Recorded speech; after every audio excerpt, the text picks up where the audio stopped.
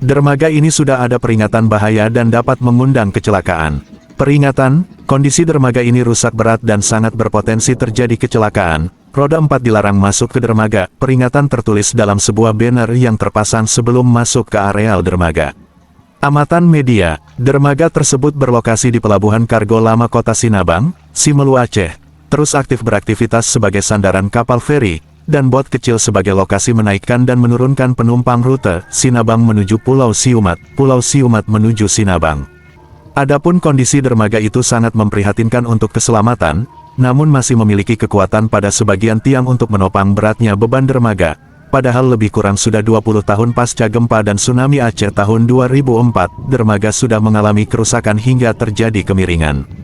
Semoga dermaga ini tetap utuh dan kuat, serta tidak terjadi korban kecelakaan, meskipun nyaris ambruk belum mendapatkan perhatian khusus untuk dilakukan perbaikan. Minggu, tanggal 4 Agustus tahun 2024.